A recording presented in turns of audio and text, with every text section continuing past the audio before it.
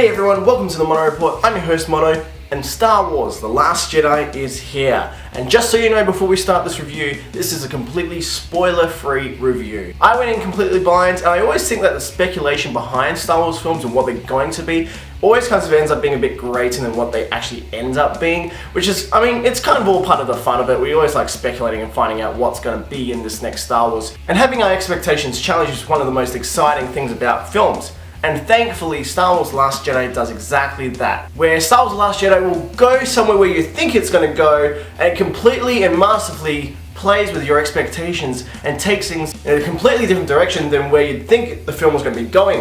And it just makes for an incredible experience. It doesn't mean that The Last Jedi is a perfect film. It does have its flaws. It's not perfect, but we will get into that as the review progresses. The thing I really love about The Last Jedi is that, unlike J.J. Abrams' The Force Awakens, which stuck very closely to the template of A New Hope, writer-director Rian Johnson, who I'm a massive fan of, completely shifts your expectations when you think things are starting to feel a little too similar to Empire Strikes Back, where story beats start to feel a bit similar, and you think that it's going to go in a similar direction, but The Last Jedi goes in a completely opposite direction, and it's just so very refreshing to see this in a new Star Wars film. It's completely unexpected, and I think it's absolutely what Star Wars needs. And what really works is the feel of the film, as The Last Jedi really feels like Star Wars, where you get the wonderful character moments and epic set pieces that were kind of hinted at in The Force Awakens or replicated. The Last Jedi does not hamper you with nostalgia. Instead,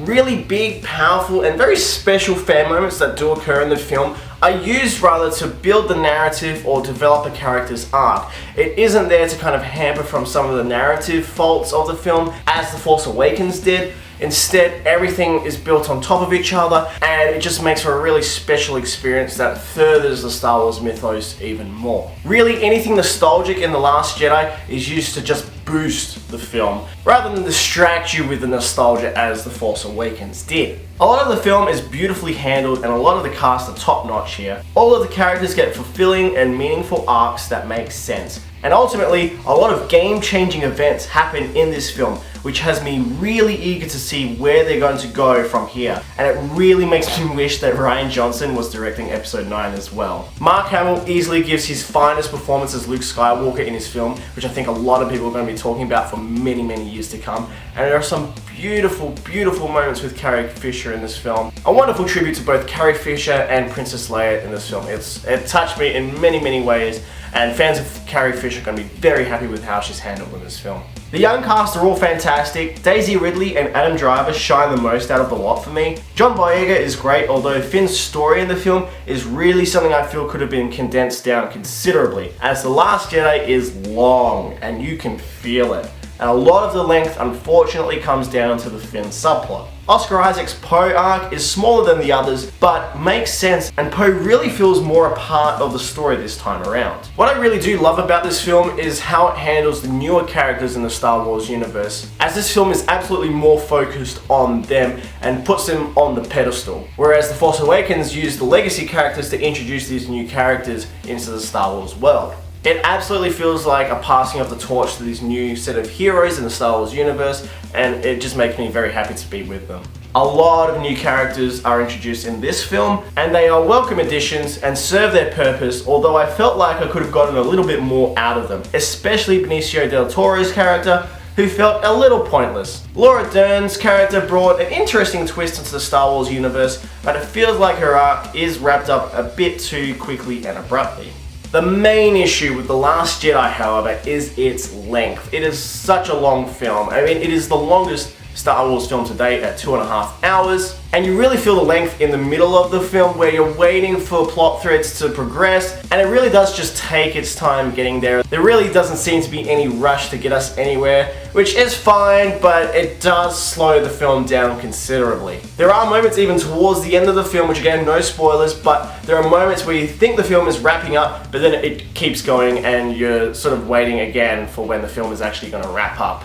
But I'll admit, just as the film does feel like it is getting a bit too long, there are moments where the film just injects you with adrenaline and you get these really fun, exciting fan moments that just keep you going even longer. And those are the parts that really redeem the length of the film for me. Rian Johnson does a wonderful job of capturing the Star Wars magic. It's awesome having a real science fiction sweaty come into the Star Wars fold, as this really feels unlike any Star Wars film I've seen before. Seeing the opening titles is always special, but this time it felt extra special.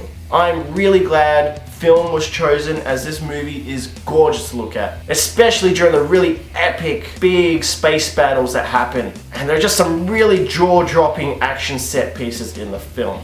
Although I will admit there are some moments where you can tell green screen has been used, as an actor will just stand out from the background just a bit too much, while other moments will have everything feel a bit more integrated into.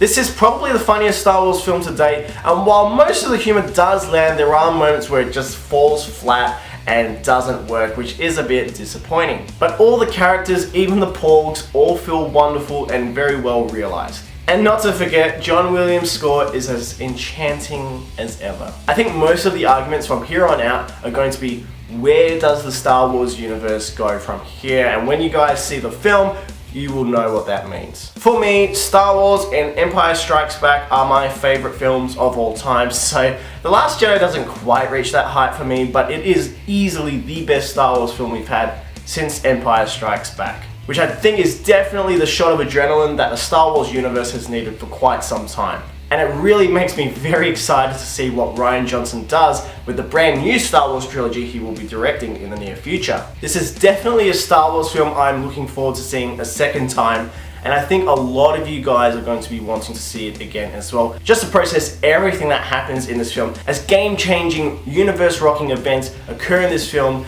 Just to process that all through your head is going to take at least another viewing to really understand and appreciate, I think. So Star Wars The Last Jedi gets a 9 out of 10 from me, guys. I hope you liked this review, guys. If you did like this review, do remember to hit the thumbs up button and leave a comment down below in the comment section. Did you like The Last Jedi, or have you seen it yet? Do let me know your thoughts in the comment section. And let's keep it spoiler free for this video, as people in the comment section may not have seen the film yet. I will later on be doing a spoiler filled discussion with my friend Van, and we will be uploading that in the near future. And don't forget, if you would like to subscribe to the channel, do hit the subscribe button with a little bell next to it, which will remind you of when the Mono Report uploads new content. And don't forget, you can follow the Mono Report on Facebook and Twitter at the Mono Report. Thank you very much, guys. Don't forget to stay right here for your Mono Fix.